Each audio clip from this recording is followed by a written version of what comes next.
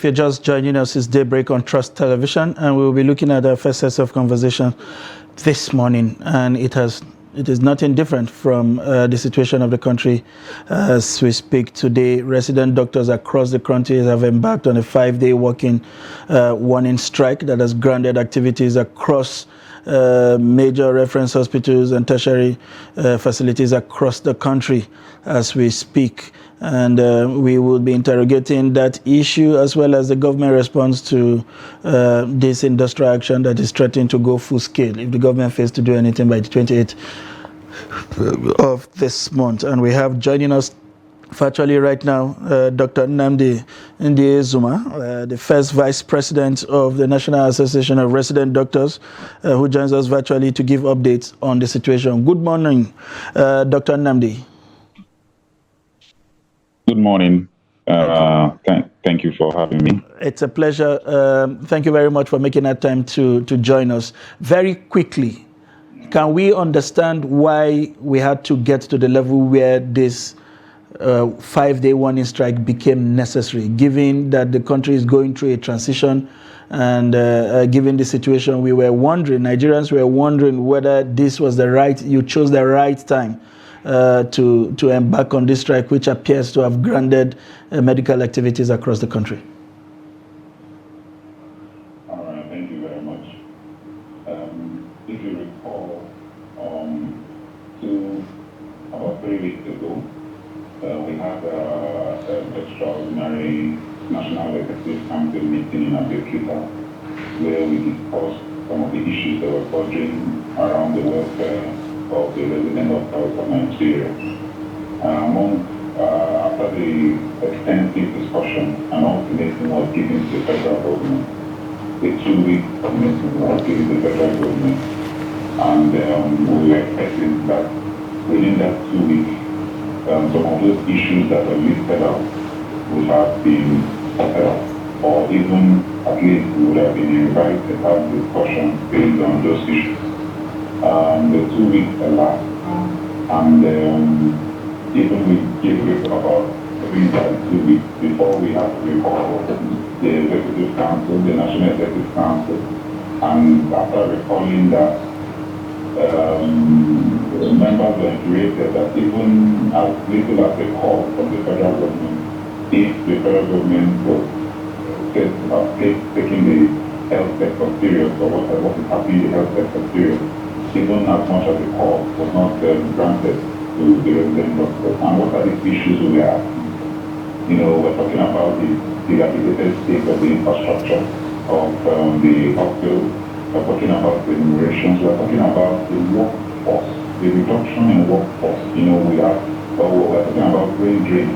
We're talking about salary arrears that have been both for 2014, 2015, 2016. So these are issues that were raised, and members were like, if we feel that we have to call this issue of brain drain, then we have to take the health sector serious. We gave an ultimatum, and even as little as the call, we did not receive from the federal government. So I don't know what to expect if such has happened, because it will now necessitate an action to be taken. All right, now. Even at the Executive Council meeting, members were clamoring for an indefinite strike. But we were able to see how to, stop pedal and then allow members to all right. Okay, Dr. Nnamdi, the question that is pertinent before we move to the other areas that are begging for response is, this is a transition period. That's the way Nigerians think of it. That it will be difficult for some of the issues you mentioned, improved remunerations, improved workplace facility. These are things that will require budgetary provisions, of course. And given that this government has less than 2 weeks or thereabout to round off, and there is a new government in the waiting, do you think, in all honesty, that this government is in the position to meet any of those demands as the case may be? Yeah, well, thank you very much. Some of these things are things that might not shape up, so we must have even need to be sorted out. For example, the one on case, if you practice that is case, before a doctor is or a health worker is released, when because we are all well aware that people are leaving country in joke. The committee has met on this matter and they have resolved the resolution from the Ministry of Health come up more than 3 months ago. All that possibility that's one among the statements. We're talking about long waiting times in the hospital. We're talking about cancelled surgery, cancelled procedure. This is because we show up as we do. What would I have? If possible, we need a secular issue and let more than how many working days for this to happen. So I mean, there are many things that were needed on the demand side, right? But there are some that just require the increase comment salary and all that. But even the 25% that was mentioned as a secular in release as we have that. So all these ones will not really take so much time. And it was because of the incoming government that members who were able to talk to our members to success on the fact that what was instructed was an indefinite strike. But the 5-day warning strike is just a way to show the incoming government that okay, so these are things that are not being sorted out by the outgoing government, and we understand that the incoming government might need time to be able to carry out the required things to do for this demand. So that's why the 5-day warning strike was actually given. Okay, so Dr. Namdi, how would you respond to the body language of the government now with regards to your demands? Because of course you are aware that the Minister for Labour and Employment, Dr. Chris Ngige, had on national television said that there might be needs to commence replacement of some of those doctors who have decided to join your body in observing the strike.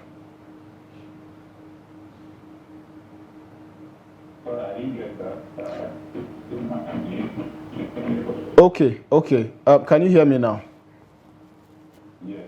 Okay, so the question is, how would you respond to the response of the federal government to the sensitivities of your demands following the recent proclamation by the Minister of Labour and Employment, Chris Ngige, that a time would come, or there might be need for the ministry to start replacing some of these resident doctors who have decided to join your association in the strike?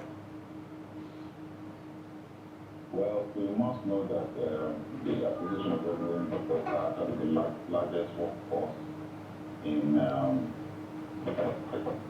that's why when they strike for us, the impact is actually felt. Well, we as the resident doctors are actually fighting for any individual company, but for the health sector. And no matter how many replacements that happen, you have to stay in the health sector. We're not asking for things out of the ordinary.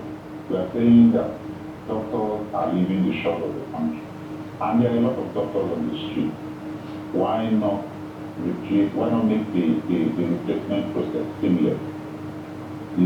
We're asking for proper or better remuneration. So we're asking for better infrastructure. So it's really not our case.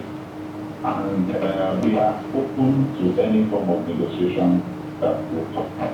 From the body language of the government, no, but as of now, we've not gotten any invitation or nothing from discuss about some of these issues. We are open to that and we are willing to have that discussion. But the truth is that even if we will try to grant hand on this issue, what we're talking about is the health sector. So even if you replace people and the health sector is not going anything at the end of the day. All right, Dr. Namdi, I would like you to also speak to some of the things that were said by the minister. For instance, he claimed that there is already an ongoing negotiation with the National Nigerian Medical Association, which is a parent body for your association, and he felt like your actions is a complete disrespect for your parent association. It appears that you do not have faith in the parent association to negotiate some of the issues that you have raised. Okay, thank you. What we are saying is that these negotiations have not occurred. I mean, we have had a meeting with the Honorable Minister last year, where we requested, we agreed that NMA would be at the forefront in this negotiation, but we asked as the largest affiliate, NMA, to be included in this negotiation.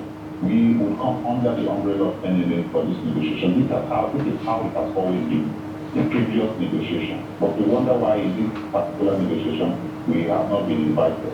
And at the same time, we have also asked that there's a process for these things to be done. When negotiations occur like that, when it comes to wages, there's usually a collective bargaining agreement. And up to date, we can say that all of these negotiations are not occurred. So we can't even say that there has been a negotiation as regards review, because there's not even a collective bargaining agreement as regards it. So we're not saying that we want to take over the negotiation. We are saying we will come under the umbrella of our parent body, but we have not been invited. We have not been. In fact, we can say categorically that these negotiations have not taken on hold. So can you? Okay, Dr. Nnamdi, I just need some clarity with this question. Are you saying that the NMA has confirmed to you that these negotiations have not happened? Or are you saying that you are not comfortable with having a negotiations without the resident doctors being represented? Yeah, what we're saying is that what has been done in the past is that when these negotiations occur, the NMA, the Nigerian Association of Resident Doctors are always invited to these negotiations. But it hasn't happened. That hasn't happened. And the government has offered, from what we heard, the Ministry of Labour has offered something, but the current ministry doesn't even have records of this negotiation. So we are saying that we are not aware that any negotiation has occurred. Okay, Dr. Nnamdi, can you kindly adjust your camera a bit so that our audience can have a proper perspective? Fantastic. That is very good. All right. So, Dr. Nnamdi, in 2020, when the Nigerian Association of Resident Doctors was really at it with the federal government, some of the demands it made then was payment of hazard allowance and also, procurement of personal protective equipment. Now, in the communique that was released this time, I didn't see that added. So, the question is, has these hazard allowances been paid, or the resident doctors have decided to move on from that to face other challenges? Yes, they have allowance of the date of the institution. Some state institutions have also received the hazard allowance. But we still have some dates that also are so demands looking for the hazard allowance to be included in the same time to the date of some of the state governments. Those demands in the negotiations of the demands that were made in 2021, they're still currently even in our current demands, like salary area, the financial adjustment of the minimum wage, promotion area, and we still have states that have been on normal salaries. Some of the countries, the Nambia states, we have almost 30 months salaries unpaid for health workers. All right. Thank you very much, Dr. Nnamdi, the National Vice Chair of the Association of Resident Doctors, for providing us this perspective this morning. We hope that the government would meet you halfway so that we can resolve these issues and give some lease of life to the average Nigerian who appears to be suffering, where two elephants, in this case yourself and the federal government, are fighting. Thank you very much for finding time to join us at a very short notice. Thank you. All right, we have been speaking with the Vice Chair of the Resident Doctors Association. We would take more perspective on this issue after this break. Please don't go away.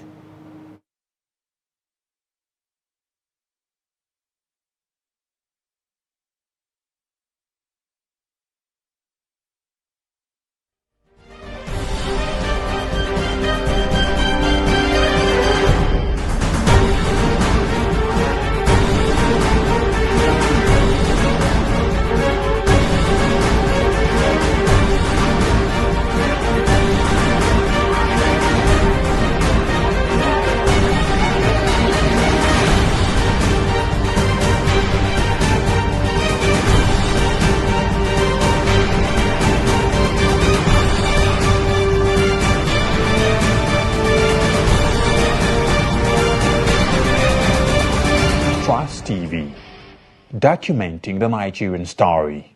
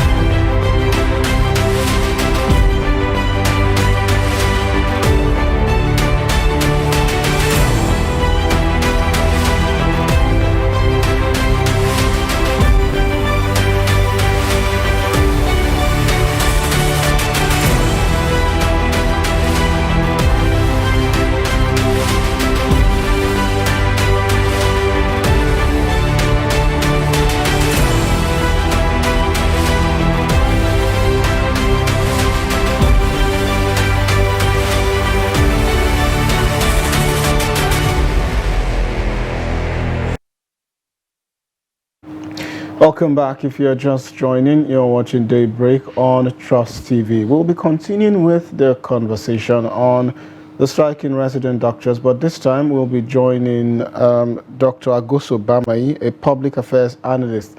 He joins us all the way from Numan in our studios here. Good morning, Doctor.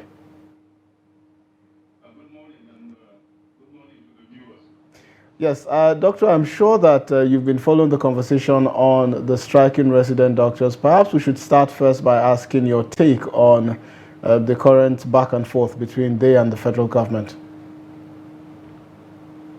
Well, yeah, I listened to the conversation, and it's interesting to see the reasons why the resident doctors are going on strike. I noticed that these are the same old demands that the resident doctors and the medical association for a while has been putting forward to the government, which means that there hasn't been any progress made as far as that is concerned, and this is unfortunate. You see, a government is in place to provide security and then social services before anything else. And by social services, I mean education, health, nutrition, clean, potable water, etc. But in Nigeria, it's the other way around. And I'm talking as a commentator, an observer of affairs across the country now. We borrow huge monies to build roads, airports, railways, etc. And yet our educational as well as health sectors are in a very bad way. And it makes you wonder, is it infrastructure that should have priority over people? And the normal thing where governance is understood, it's always people-centered development. The people come first. We must think about the people, and the direct way you can touch the people and improve their lives and provide better conditions is through health and education and nutrition and water. And so when doctors come out like this and are asking for better remuneration, and this is not selfish, because if you compare what they are paid to what doctors in other countries, even African countries, smaller countries than us, you will notice that they are not paid well. And they are also asking for better working conditions, which means that if they're talking about facilities with which they work. You know, he was talking about cancelled surgical procedures there and all that because of facilities, the consumables and the materials that they need to work are not available. These demands are not for themselves. These demands are for ordinary Nigerians that took the government there in the first place. All right, Doctor. We should take this seriously and deliberate work to improve not only their remuneration, but also the service condition and also the facilities and the medical consumables that are available in our hospitals so that our people can have a better deal. All right. I think time has come for All right.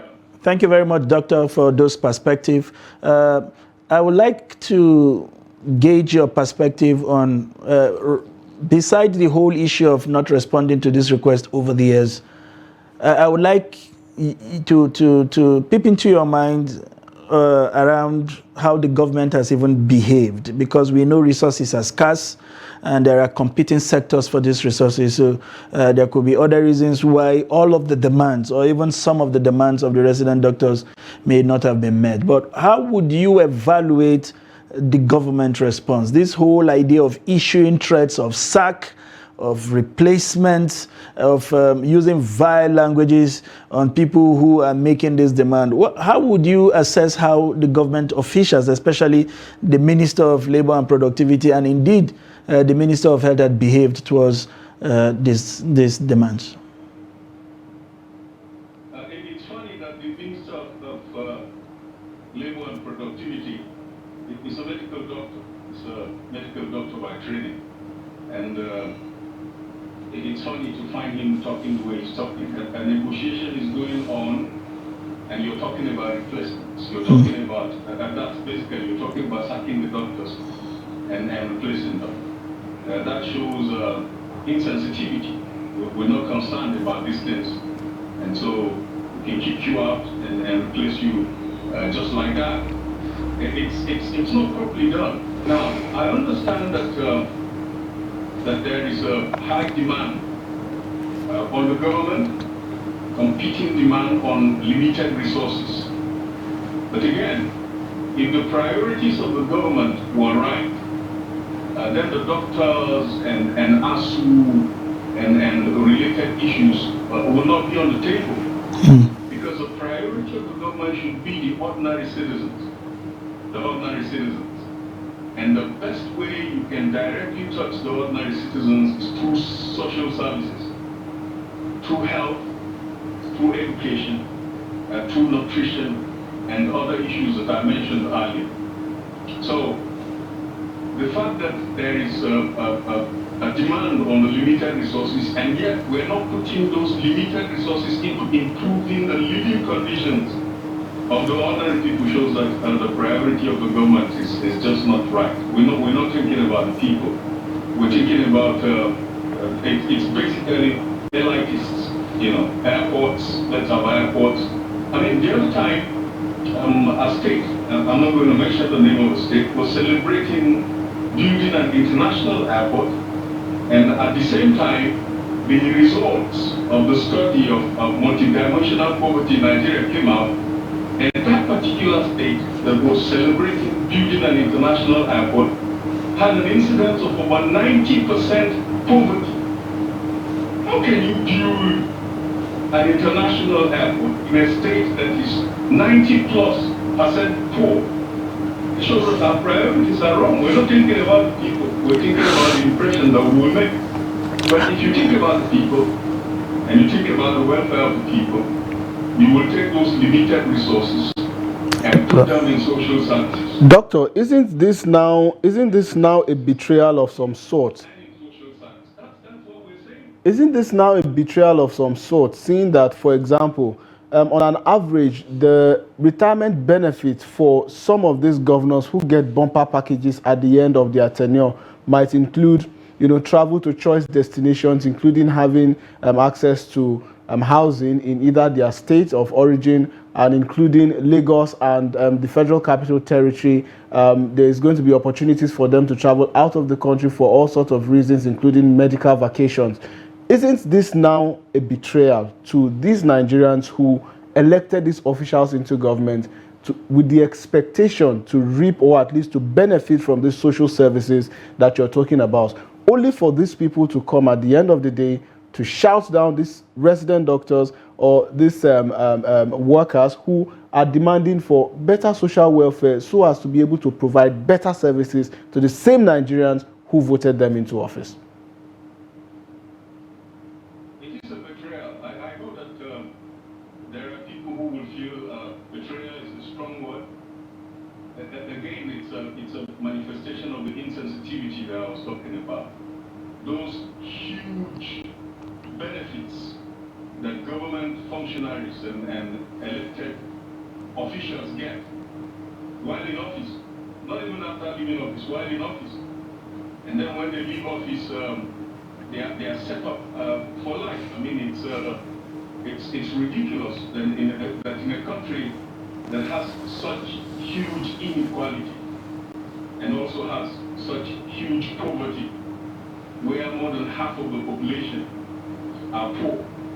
And these statistics are by a government institution, not a foreign institution, but our own government institution. The statistics indicate that over half of our population are poor.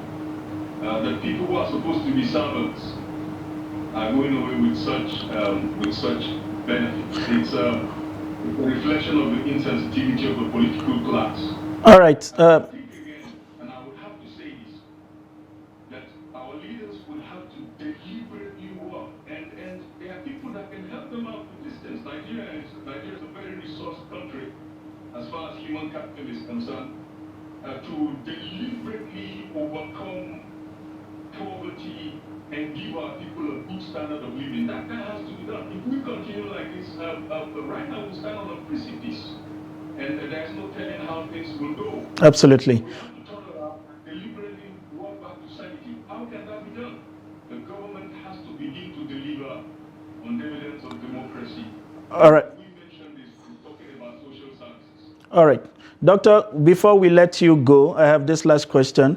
If you were to be sitting or to be advising the president, what do we need to do to manage the current situation? This government is on its way out. It's practically at the exit door. There is an incoming administration in the waiting. And we know for a fact that nothing realistic can be done by the outgoing government. If you were to advise any of the party, what would you be saying to them at this time? You have 30 seconds. The doctors, I would advise that they allow for the new administration to come in, and then they can carry on with their issues. My advice to them is carry on with the issues. Don't give it up. Carry on with it until you get things done. Dr. Agosu Bamayi. There's nothing one can say to them. They are going. So the incoming government, my advice would be, please attend to this issue. Okay. Attend to this issue with alacrity. All right, Dr. Agosu Bamayi, thank you so much for joining the conversation and sharing your perspectives with respect to the strike action by the resident doctors, and we do hope you would respond to us when we call again. Thank you for having me. All right, and viewers, that's a wrap on the program. Do well to follow us across all of our media platforms, and as well watch us live on YouTube and catch up if you have missed the package this morning. It's always a pleasure having you watch us live. My name is Sagir Ibrahim. Thanks for watching. I'm Sunday Michael Ogu. Let's do this again tomorrow. Thank you very much for joining us.